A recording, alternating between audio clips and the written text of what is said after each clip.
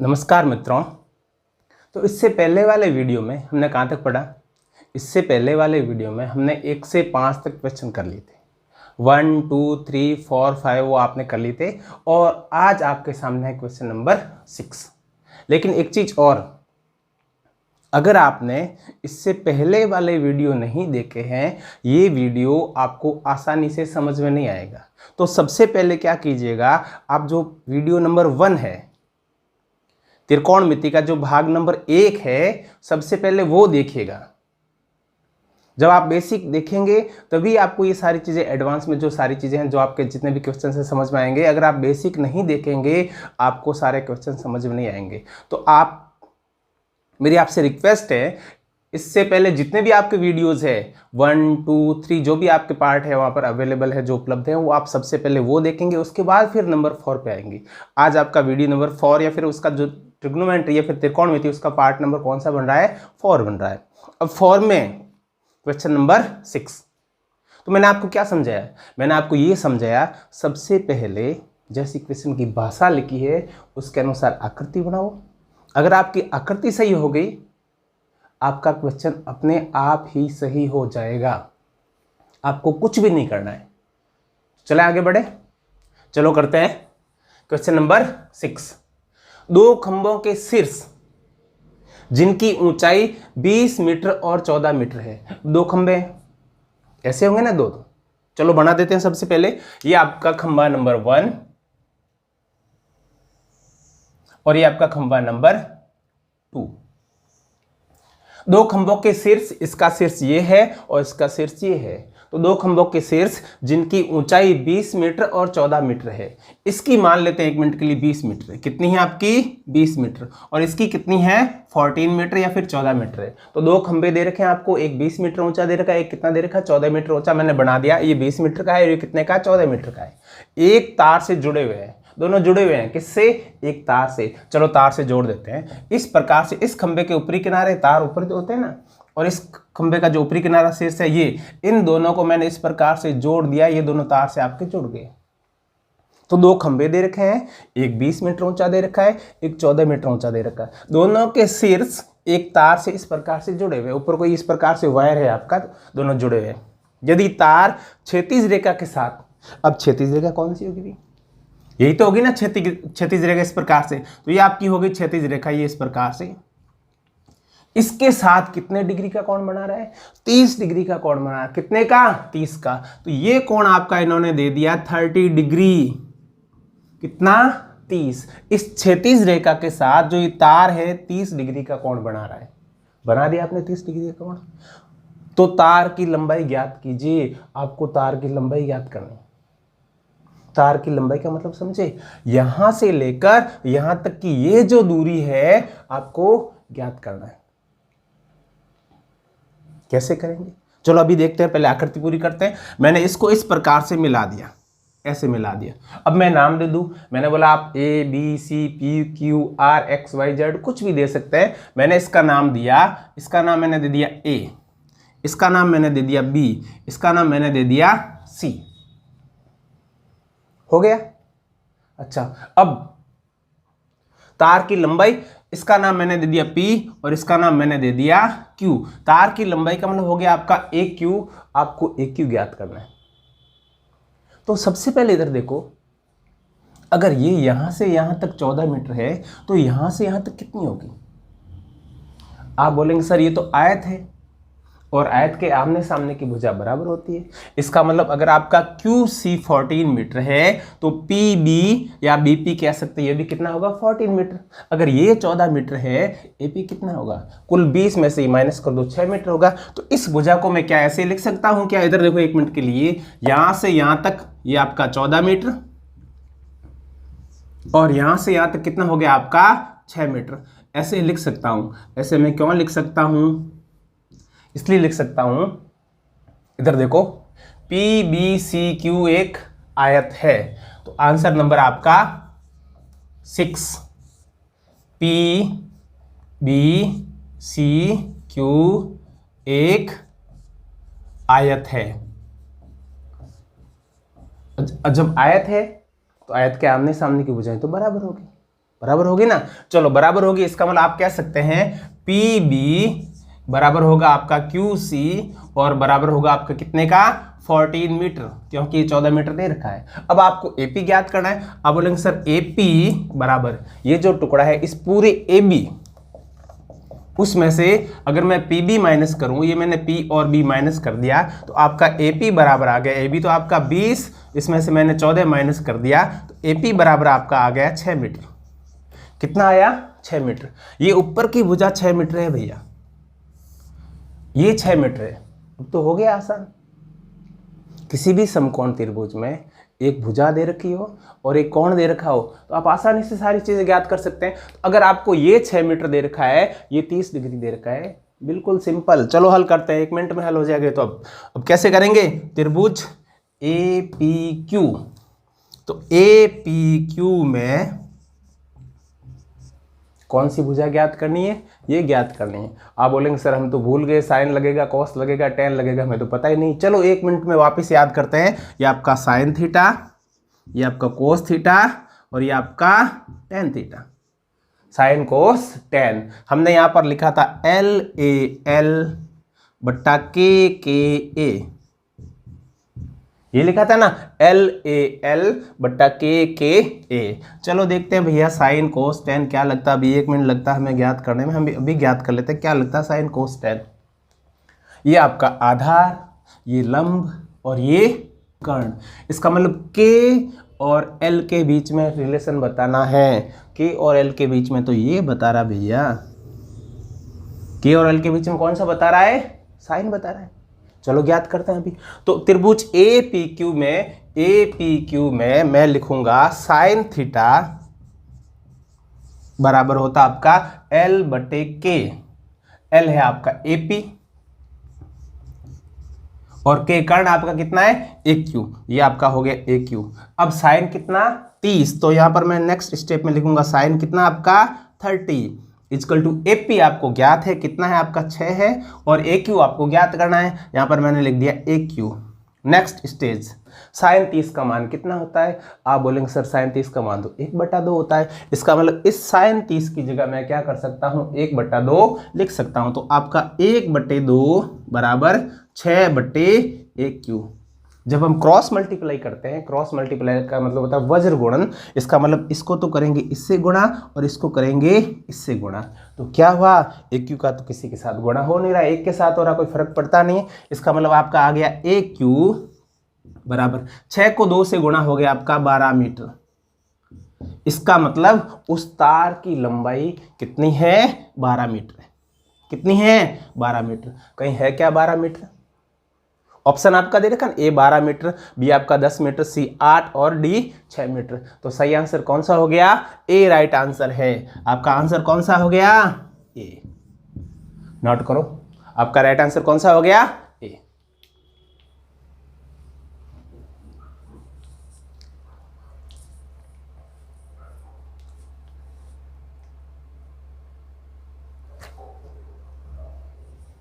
हो गए note. Next में बढ़े, इसको कर दें साफ।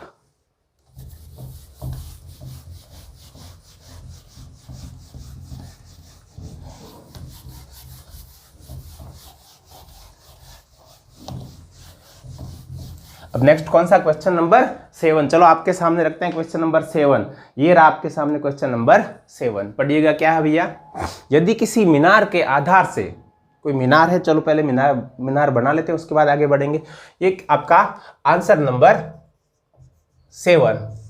ये मान लो मीनार है कोई, ये आपकी क्या है, ये मीनार है। इस प्रकार से मैंने ये बिल्डिंग बना दी, इस प्रकार से ये आपकी बिल्डिंग है। ये इसका आधार हो गया, ये शीर्ष हो गया। इसको पाद बिंदु भी बोलते हैं, आधार भी बोलते हैं। और ये आपका शीर्ष हो गया, सबसे ऊंचा जो आपका पॉइंट है वो हो गया। यदि किसी मीनार के आधार से ए तथा बी, आपको दे रखा ए बड़ा है बी से, तो इधर मान लो कोई बिंदु है। ये इस प्रकार से हमने एक लाइन खींच दी जमीन के साथ, इस प्रकार से, इस प्रकार ये हमने लाइन खींच दी। ये कोण आपका हो गया 90 डिग्री का, क्योंकि एक समकोण हमें चाहिए। अब आपके दो बिंदु है, एक बिंदु है ए और दूसरा है बी। तो ए आपका बड़ा है बी से, तो मान लेते हैं एक बिंदु आपका, चलो मैं पहले आकृति बना देता हूं उसके बाद फिर आगे बढ़ते हैं। इस प्रकार से ये मान लो इस प्रकार से आकृति आपकी इस प्रकार से। तो जो ए है वो बड़ा है, इसका मतलब मैंने नाम दे दिया इसका ए, बी, सी और डी। अब जो ए है ना, जो बिंदु, वो आपका दूर है, उसमें दे रखा कोष्टक के अंदर, देखो ए ग्रेटर देन बी या फिर ए बड़ा बी से दूरी पर उसी सरल रेखा पर, ये सरल रेखा है, इस पर आपके दो बिंदु है, वो बिंदुओं से मीनार के शिखर का उन्नयन कोण क्रमशः 30 डिग्री व 60 डिग्री हो तो मीनार की ऊंचाई क्या होगी। चलो देखते हैं। ये देखो बी से लेकर डी सबसे आपकी जो लंबी दूरी है, इसका मैंने नाम दे दिया ए। ये क्या आपका ए, और जो छोटे वाली भुजा है उसका नाम क्या दे दिया बी। तो ये आपकी यहां से यहां तक क्या हो गई, आपकी बी हो गई। आपको क्या पूछा है, आपको पूछा इस मीनार की ऊंचाई कितनी होगी। 1 मिनट के लिए मान लेते हैं ए बी जो है इसको मैं नाम दे दूं एच। आप ए बी भी रख सकते हैं, कोई समस्या नहीं है, लेकिन मैंने नाम दे दिया एच।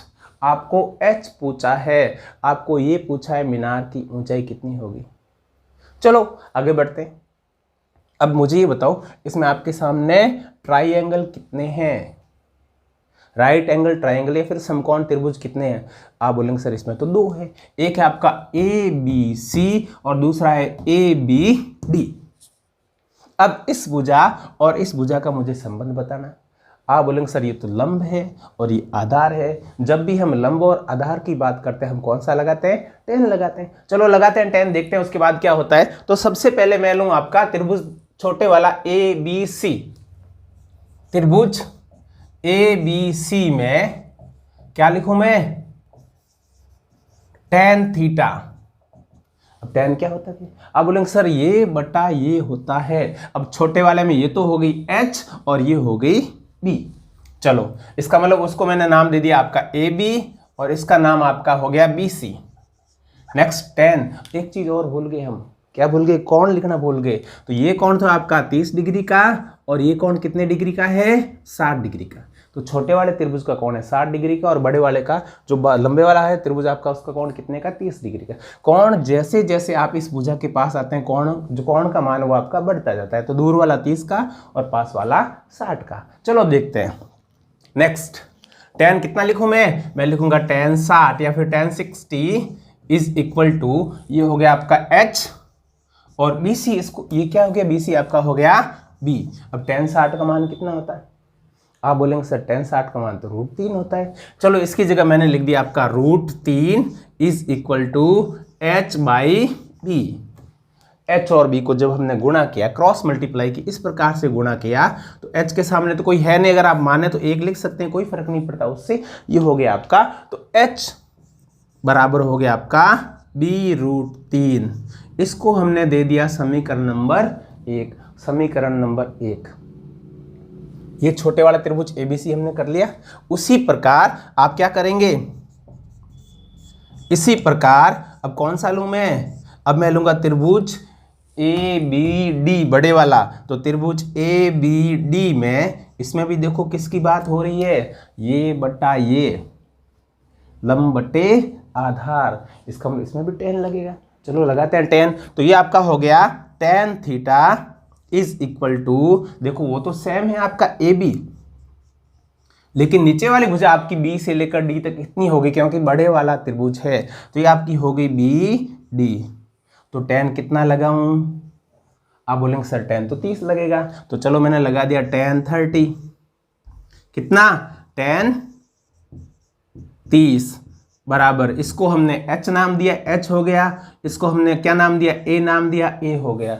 अब बोलेंगे भी सर tan 30 का मान कितना होता है, tan 30 का मान होता है 1/√3। इसका मतलब इसका मान हो गया 1/√3 बराबर आपका h/a। क्या करूं मैं, क्रॉस मल्टीप्लाई करूं, वज्र गुणन करूं। चलो इसको मैंने इससे गुणा किया और इसको किससे गुणा किया, इससे। तो किसका, h का √3 से गुणा, आप कह सकते हैं h√3 बराबर आपका हो गया a। और अगर मैं h को अलग करूं तो a और h के साथ वाला √3 a के नीचे बट्टे में चला जाएगा। ऐसे होगा ना, ये संख्या नीचे चली जाएगी। इसको मैंने दे दिया समीकरण नंबर 2। समीकरण नंबर आपका क्या हो गया, 2 हो गया। अब इसकी शायद जरूरत नहीं है आपको, क्योंकि मुझे बोर्ड की जरूरत है। तो मैं इसको थोड़े 1 मिनट के लिए हटा दूं, उसके बाद फिर हम नेक्स्ट आगे बढ़ेंगे और इसको पूरा हल करते हैं। तो अब हम क्या करेंगे, अब हम ऐसा करेंगे, देखिएगा इधर समीकरण, ये समीकरण नंबर 2 है और ये समीकरण नंबर 1 है। ये आपका है 1 और ये आपका है 2। तो समीकरण 1 व 2 को गुणा करने पर, क्या करेंगे, गुणा करने पर, चलो करते हैं भैया गुणा, क्या आता है उत्तर 1 मिनट के लिए देख लेते हैं। तो इधर का इधर गुणा होगा और उधर का उधर गुणा होगा। इधर मतलब h और h है, इसका मतलब मैं कह सकता हूं h गुणा h बराबर, उधर क्या भैया 1 है आपका b√3 और गुणे में होगा आपका a/√3। कितना, b√3 और a/√3। अब देखो भैया ये √3 ऊपर वाला और √3 नीचे वाला तो कट रहे हैं और ये आपस में गुणा हुआ, तो h और h का क्या हो गया, h²। इसका मतलब ये h² बराबर आपका हो गया ab। देखो b गुणा a या फिर a गुणा b एक ही चीज होता है, कोई फर्क नहीं पड़ता, तो आपका हो गया b गुणा a। तो h बराबर ये क्या आ जाएगा आपका रूट के अंदर ab। तो राइट आंसर आपका कौन सा है, रूट के अंदर ab। इसका मतलब इसकी जो आपकी मीनार है इसकी ऊंचाई कितनी होगी, √ab। ये नोट कीजिएगा। क्वेश्चन नंबर 7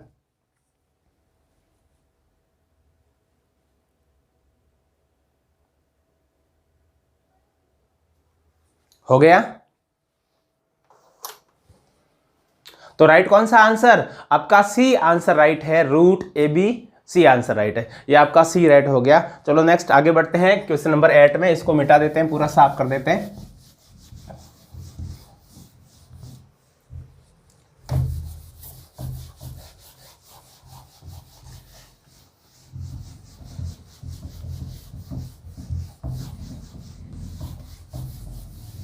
हाँ चलो आपके सामने ये रहा क्वेश्चन नंबर 8। क्या है, 25 मीटर ऊंचे एक स्तंभ, स्तंभ का मतलब खंभा हो गया ऐसे, चलो बढ़ा ही देते हैं। ये आपका क्वेश्चन नंबर 8 का आंसर है, आंसर नंबर आपका हो गया 8। ये आपका हो गया, ये खंभा है, ये कोई स्तंभ है, उसकी ऊंचाई कितनी हो गई, 25 मीटर। ये मान लो मैंने इस प्रकार से बना दिया, इसकी ऊंचाई हो गई आपकी 25 मीटर। एक स्तंभ है 25 मीटर ऊंचा है, इसकी ऊंचाई कितनी है, 25 मीटर। यहां से यहां तक इसका मतलब इसकी ऊंचाई होगी आपकी 25 मीटर।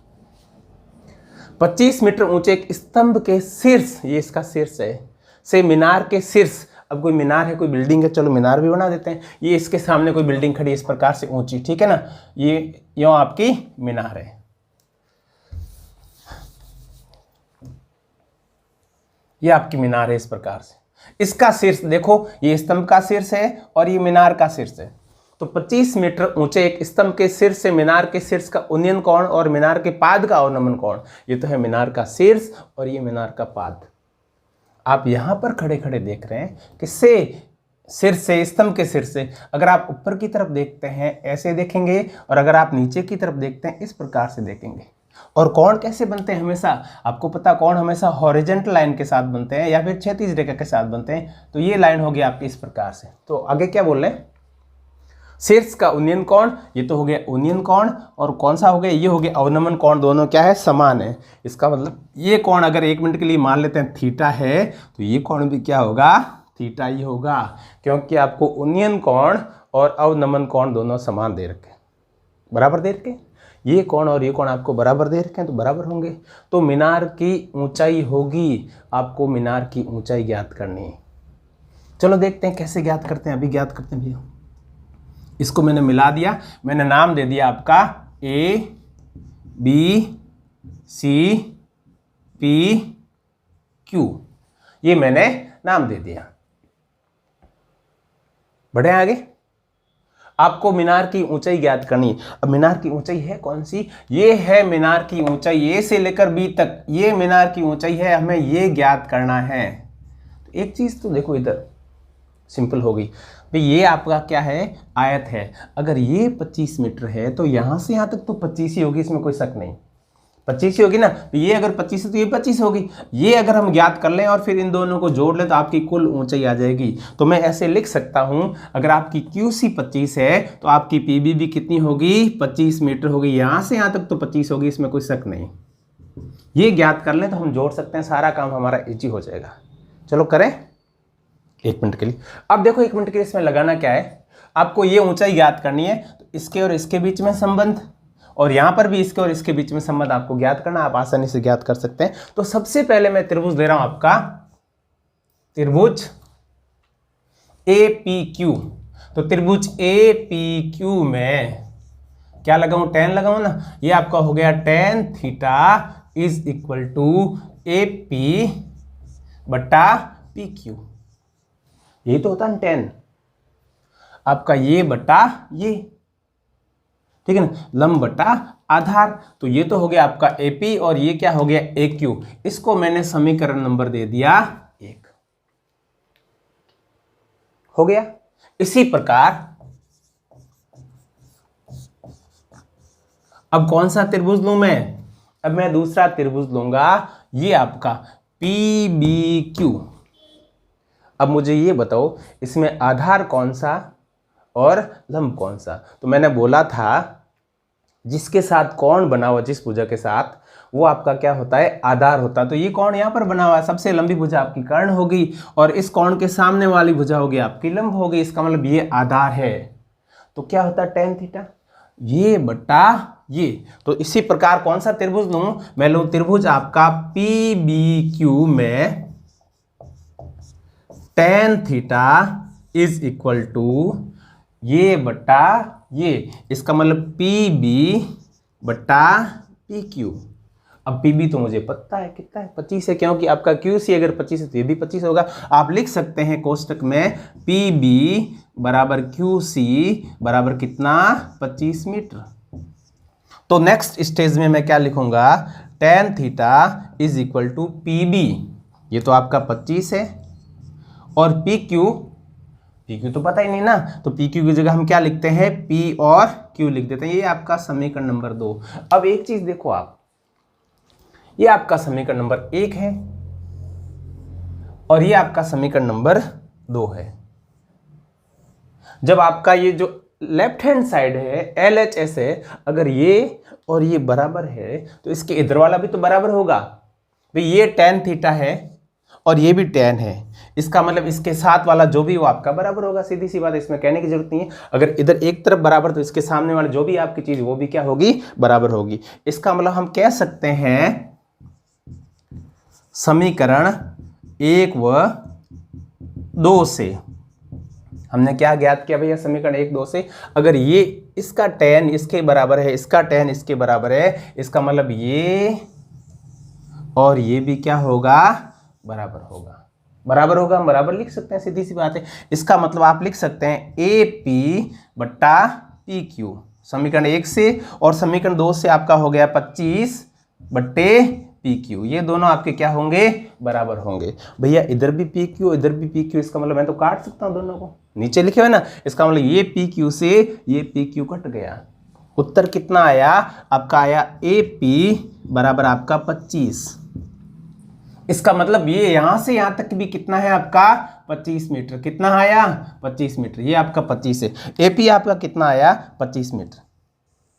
अब देखो आपको मीनार की ऊंचाई पूछी थी, ये यहां से यहां तक 25 आया, ये पहले से आपने 25 पहले से ज्ञात था। इसका मतलब मीनार की ऊंचाई अगर आप ज्ञात करना चाहें तो कितनी होगी आपकी, A से लेकर B तक ये पूरी। तो AB बराबर आपका होगा AP प्लस PB। तो आपका AP और प्लस PB, AP कितना 25 और वो भी कितना 25। इसका मतलब आपका AB बराबर हो गया 50 मीटर। इसका मतलब मीनार की ऊंचाई कितनी है, 50 मीटर। कोई ऑप्शन है क्या 50 मीटर, A 25 है, B आपका 100 है, C 75 मीटर और D आपका 50 मीटर। इसका मतलब राइट आंसर कौन सा हो गया आपका, D राइट आंसर है। कितना, 50 मीटर। और जो आपकी मीनार है उसकी ऊंचाई कितनी हो गई, 50 मीटर। नोट कीजिएगा ये पूरा का पूरा।